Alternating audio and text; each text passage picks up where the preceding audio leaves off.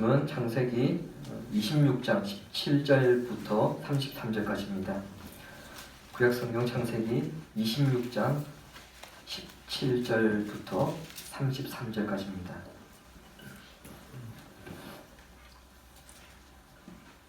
교독에서 읽겠습니다. 17절 제가 먼저 읽습니다. 이삭이 그곳을 떠나 그랄 골짜기에 장막을 치고 거기 거류하며 그 아버지 아브라함에게 갔던 우물들을 다시 봤으니 이는 아브라함이 죽은 후에 블레셋 사람이 그 우물들을 메웠습니다. 이삭이 그 우물들의 이름을 그의 아버지가 부르던 이름으로 불렀더라. 이삭의 종들이 골짜기를 파서 샘 근원을 얻었더니 그랄 목자들이 이삭의 목자와 다투어 이르되 이 우물은 우리의 것이라 하며 이삭이 그 다툼으로 말미암아 그 우물 이름을 에색이라 하였으며 또 다른 우물을 팠더니 그들이 또 다툼으로 그 이름을 신나라 하였으며 이삭이 거기서 홍하며 다른 우물을 파더니 그들이 다투지 아니하였으므로 그 이름을 르호봇이라 하여 이르되 이제 여호와께서 우리를 대하여 그렇게 하셨으니 이 땅에서 우리가 번성하리로다 하였더라. 이삭이 거기서부터 브엘세바로 올라갔더니 그 밤에 여호와께서 그에게 나타나 이르시되 나는 내 아버지 아브라함의 하나님이니 두려워하지 말라. 내 종 아브라함을 위하여 내가 너와 함께 있어 내게 복을 주어 내 자손이 번성하게 하리라 하시니라. 이삭이 그곳에 제단을 쌓고 여호와의 이름을 부르며 거기 장막을 쳤더니 이삭의 종들이 거기서도 우물을 팠더라. 아비멜렉이 그 친구 아우삭과 군대장관 비골을 하더라. 그날에서부터 이삭에게로 옮기라. 이삭이 그들에게 이르되 너희가 나를 미워하여 나에게 너희를 떠나게 하였거늘 어찌하여 내게 왔느냐. 그들이 이르되 여호와께서 너와 함께 계심을 우리가 분명히 보았으므로 우리의 사이 곧 우리와 너 사이의 맹세하여 너와 계약을 맺으리라 하였느니라. 너는 우리를 해하지 말라. 이는 우리가 너를 범하지 아니하고 선한 일만 내게 행하여 내가 평안히 가게 하였음이니라. 이제 너는 여호와께 복을 받은 자니라. 이삭이 그들을 위하여 잔치를 베풀매 그들이 먹고 마시고 아침에 일찍 일어나 서로 맹세한 후에 이삭이 그들을 보내매 그들이 평안히 갔더라. 그날에 이삭의 종들이 자기들이 판 우물에 대하여 이삭에게 와서 알려 이르되 우리가 물을 얻었나이다 하며 함께 읽겠습니다. 그가 그 이름을 세바라 한지라. 그러므로 그 성읍 이름이 오늘까지 브엘세바더라. 아멘. 혹시 여러분 쪼다라는 말을 아십니까? 발음으로 볼 때에 일본말인 줄 알았는데 순수 우리말이더라고요. 조금 어리석고 모자라서 재구시를 못하는 사람을 향해서 쪼다라고 합니다. 손가락에 쥐어져도 밥도 제대로 못 떠먹을 때 쪼다라고 놀리기도 하죠. 그 설교 시작하자마자 쪼다라고 하니까 좀 이상한데 사실 여러분 이 말의 어원이 참 재밌습니다. 우리나라의 역사를 거슬러 올라가면은 고구려 백제 신라가 공존했던 삼국시대가 있었죠. 그 당시 고구려가 가장 강한 나라였습니다. 특히 소수림왕, 강개토대왕, 장수왕 이 세 왕 시절에 고구려가 가장 최전성기를 이뤘는데요. 그 가운데 장수왕은 그 칭호 그대로 장수한 왕이었습니다. 장수왕이 97세의 나이로 죽었는데요. 그의 아들 가운데 조다가 세자로 책봉이 되었습니다. 그러나 장수왕이 장수할 뿐만 아니라 죽을 때까지 왕위를 내놓지 않음으로써 조다 세자가 먼저 죽었습니다. 조다 세자는 왕위를 충분히 이어받을 만한 능력과 그 덕목을 갖췄지만 이 사람이 효자였고 어진 사람이라 단 한 번도 아버지에게 선의에 대해서 한 번도 말하지 않았습니다. 이후의 사람들은 정말 아쉬운 경우, 다 된 밥도 못 얻어먹는 경우 그런 사람이 처한 사람을 조다세자 같은 사람이라고 불렀고요. 어느 순간에 조다 같은 놈 그렇게 부르다가 이것이 변질되어서 오늘날에는 쪼다라고 그렇게 부르고 있습니다. 그래서 좀 바보같이 어리석고 어리숙하고 좀 모자란 사람을 향해서 우리가 앞에 어떤 두 글자 붙여가지고 쪼다라고 그렇게 부르고 있습니다. 여러분, 성경에도 쪼다들이 많습니다. 그런데 성경에 나온 쪼다들은 조다 세자와 같은 의미에서 쪼다입니다. 어리숙해서 좀 모자라서 쪼다가 아니라 믿음대로 살려고 하다 보니까 세상 사람들이 보기에 쪼다같이 보였던 것입니다. 그 대표적인 사람이 이삭입니다. 지난주에 보았듯이 이삭이 아내 리브가를 동생이라 이제 속였다가 그 사실이 들통났고요. 그리고 그랄 땅을 다스리는 아비멜렉에게 책망을 당한 수모를 당했습니다. 그럼에도 하나님께서 이삭에게 복을 주셔서 척박한 땅에서 100배의 수확을 얻게 하셨고 그의 재산이 매우 많게 하심으로 그랄 사람들의 시기를 얻게 하였습니다. 급기야 그랄 왕 아비멜렉이 이삭을 그 땅에서 내보냈습니다. 그래서 17절의 말씀처럼 그랄 땅을 떠나서 그랄 골짜기로 이동하게 되었습니다. 우리 성경에 지금 골짜기로 번역되어 있는데요. 혹시 여러분 들어보셨을 텐데 이것은 와디를 가리킵니다. 팔레스티나 중동 지역에 볼 수 있는 지역인데요. 우기 때는 물이 흐릅니다. 우기 때는 물이 흐르지만 건기가 되면 아예 말라버리는 그런 지형을 와디라고 합니다. 지금 이삭이 도착한 곳이 바로 그런 지형입니다. 자, 그곳에 도착하자마자 우물을 봤습니다.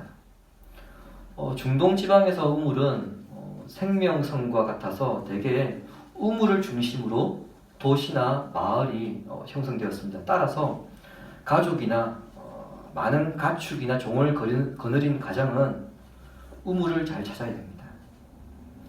물론 이 당시에는 오늘날처럼 수맥을 이용해서 우물을 찾았던 것이 아니고요.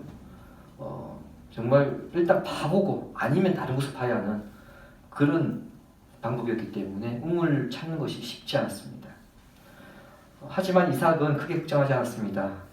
그는 아브라함이 팠던 우물을 다시 팠기 때문입니다. 아브라함이 팠던 우물은 아브라함이 죽은 이후에 그 땅 원주민들이 모두 메어버렸습니다. 자, 이 부분에서 지난주 본문과 오늘 본문 사이에는 상당한 시간적인 갭이 있다는 것을 우리가 알 수 있죠. 앞서 제가 이 지역에서 우물이 대단히 중요하다는 것을 말씀드렸는데요. 자, 그렇다면 그 중요한 우물을 아브라함이 죽고 난 다음에 그 원주민들이 왜 우물을 메어버렸을까? 그런 의문이 들 수 있습니다. 간단합니다. 아브라함이 우물을 여러 개를 팠는데요. 아브라함이 죽은 후에 그 우물을 그대로 두게 되면 그 우물 중심으로 많은 사람들이 몰려들게 될 것이고요. 그로 인해서 원주민들과 새롭게 몰려드는 사람들 사이에서 분쟁이 발생하게 됩니다. 우물이 한 개가 아니고 복수 우물들이죠. 여러 개를 팠습니다. 따라서 많은 사람들이 몰려온다면 이 원주민들은 그 땅에서 살 수가 없기 때문에 우물들을 모두 메어버렸던 것입니다. 자, 이삭이 그의 아버지 아브라함이 팠던 우물을 다시 파면서 우물의 이름들도 그대로 불렀습니다. 아버지가 불렀던 그대로. 여기는 이유가 있는데요. 아브라함이 부르던 그 이름으로 이 샘의 이름을 부르면 특별한 문제 없이 그 우물에 대한 소유권을 주장할 수 있을 거라고 그렇게 생각했기 때문입니다. 그런데 주변 사람들이 인정하지 않았습니다. 한 번은 이삭의 종들이 골짜기에서 우물을 파다가 샘근원을 찾았습니다. 여러분, 샘근원은요, 문자 그대로 직역하면은 살아있는 물입니다. 콸콸 솟는 물, 그런 물을 말하거든요. 힘들게 우물을 팠는데 어이없는 일이 발생합니다. 그랄 땅의 목자들이 와서는 그 우물을 내놓으라고 요구한 것입니다. 당신들이 그 땅을 팠지만 그 땅 밑에 있는 물은 우리 것이다. 이런 논리로 우물을 빼앗아 가버린 겁니다. 참으로 황당한 일인데 이삭이 아무 말하지 않고 순순히 그 우물을 내주었습니다. 그리고 다시 다른 우물을 팠거든요. 우물 뺐는데 재미 들린 그랄 목자들이 다시 와서 우물을 빼앗았습니다. 두 번째 우물마저 순순히 내어준 이삭은 다른 곳으로 옮겨서 세 번째 우물을 팠습니다. 자, 이번에는 아무도 시비를 걸지 않았기 때문에 그 우물의 이름을 르호봇, 넓은 공간이라 부르고 아주 즐거워하였습니다. 더군다나 세 번째 우물을 판 이곳은 하나님께서 아브라함에게 주신 복, 네가 번성할 것이다. 그 복을 이룰 수 있는 장소로 최적화된 곳으로 보였습니다. 지켜야 할 가족이 있고요. 많은 종들이 있고 그리고 많은 소떼와 양떼가 있습니다. 그렇기 때문에 종이 힘들게 파놓은 그 우물들을 그랄 목자들이 시비 걸며 빼앗아갈 때에 아무 말도 없이 그리고 아무 대응 없이 순순히 내어주는 이삭은 분명 쪼다가 맞습니다. 그런데 더 황당하고 쪼다 같은 행동을 합니다. 23절 보시기 바랍니다. 이삭이 거기서부터 브엘세바로 올라갔더니 억울함을 이겨내고요. 많은 고생 끝에 세 번째 우물을 팠습니다. 그런데 거기서 정착을 한 것이 아니라 이삭은 브엘세바로 거주지를 다시 옮겨버립니다. 이것이 우리가 이해하기 어려운 점입니다. 르호봇이 어떤 곳입니까? 우물을 얻기 위해서 억울함을 이겨내고 많은 수고를 하였던 곳입니다. 그리고 르호봇, 그곳에는 지금 우물이 있고요. 아브라함에게 주신 번성의 복이 이루어질 것이다. 그 확신이 드는 곳입니다. 더군다나 그러할 지역의 목자들이 더 이상 시비 걸지도 않기 때문에 안정된 곳입니다. 만일 이삭이 이곳에 정착하게 된다면 물질적으로도 그리고 정서적으로도 풍요함과 안정감을 누릴 수 있는 곳입니다. 근데 이렇게 좋은 곳을 버리고 브엘세바로 이동한 것이 더 쪼다 같은 행동이라는 겁니다. 제 동기 목사들 가운데 몇몇이 부산 경남에서 그 사역을 하다가 어떻게 기회가 되어서 서울로 사역지를 옮겼습니다. 근데 한번 서울로 이동을 하게 되면요, 지방으로 다시 안 내려갑니다. 이유를 물어보면 주된 이유가 그 교육 문제죠. 어쩌다가 지방으로 내려가는 동기들이 있거든요. 그러면 이상하게 쳐다봅니다. 혹여나 지방으로 사역지를 옮기는 부목사가 있으면 아무리 좋은 조건이 있다 하더라도 어떤 이유가 있다 하더라도 왜 내려가야지? 이해를 잘 못합니다. 이삭이 르호봇을 떠나 브엘세바로 가는 것이 여러분 이와 같은 상황입니다. 만일 브엘세바가 훨씬 좋은 곳이었다면, 정말 좋은 곳이었다면 두 번째 우물을 빼앗겼을 때에 르호봇의 그 세 번째 우물을 파는 것이 아니라 바로 브엘세바로 갔을 것입니다.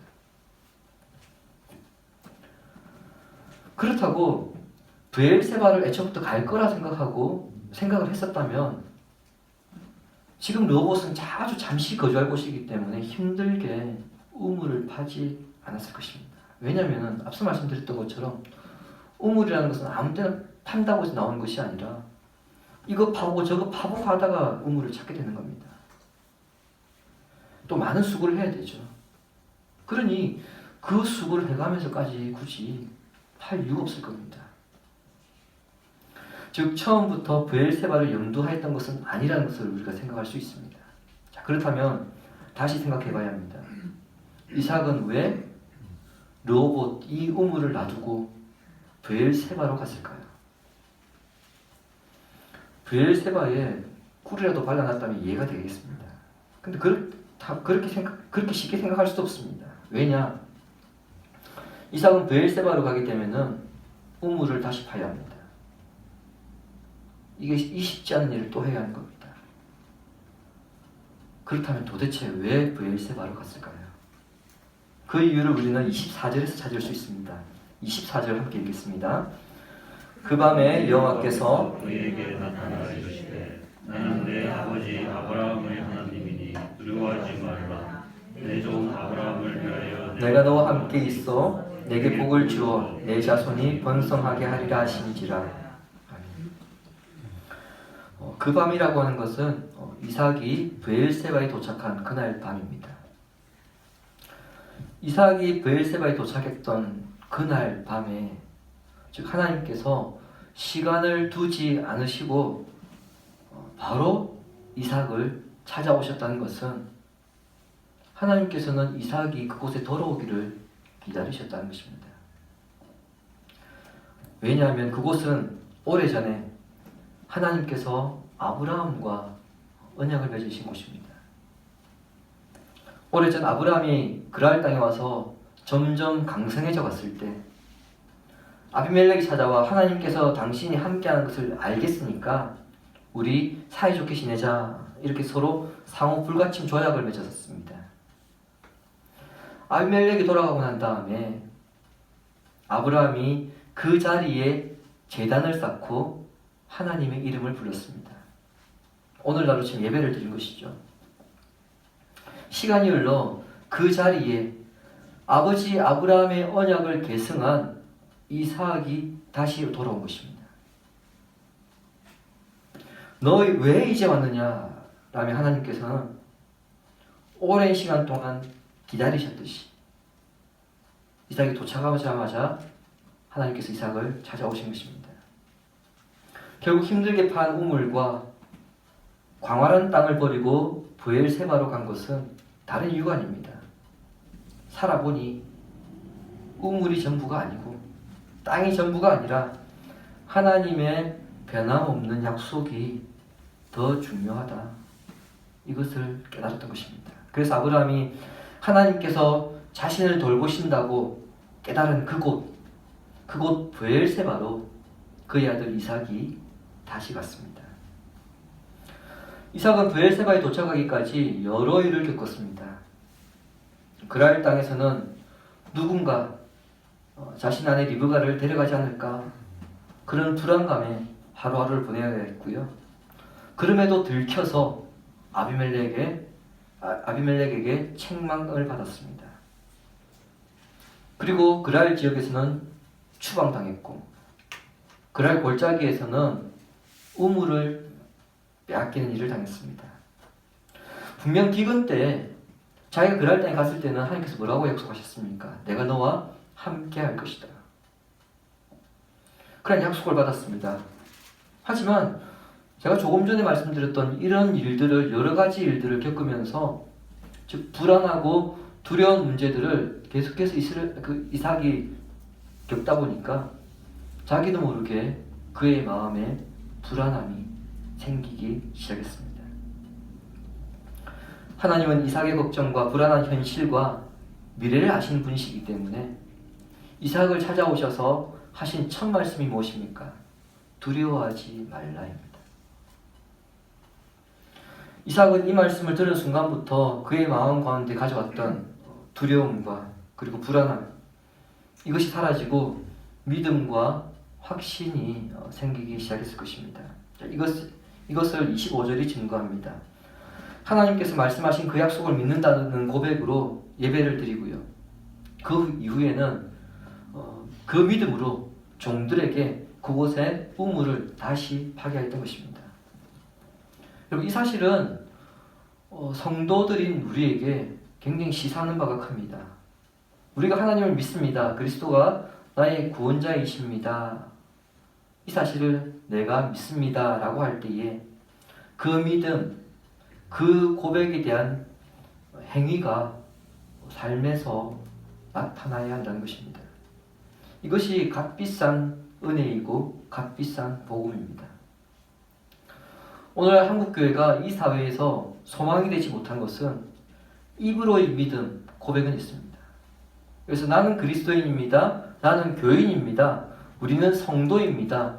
이런 분명한 입으로의 고백은 있습니다. 하지만 그 고백에 대한 행위가 없기 때문에 우리가 오늘날의 복음을 값싼 복음, 값싼 은혜라고 부릅니다. 그러므로 자신의 믿음, 자신의 고백이 삶 가운데에 어떤 행동을 통해서 나타나고 있는지 점검해야 합니다.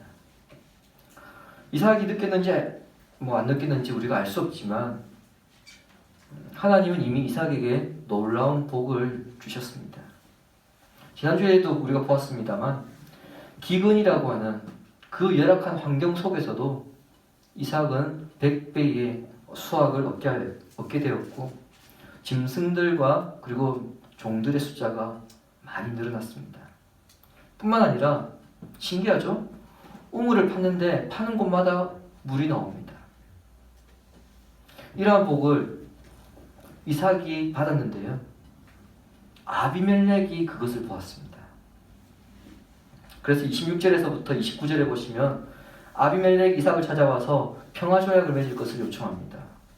이 요청에 아비멜렉과 이삭이 조약을 맺는 장면이 33절까지 기록되어 있는데 여기서 우리는 우물을 빼앗기면서도 가만히 있었던 이삭의 행동이 왜 쪼다 같은 행동이었는지 이것을 알게 됩니다.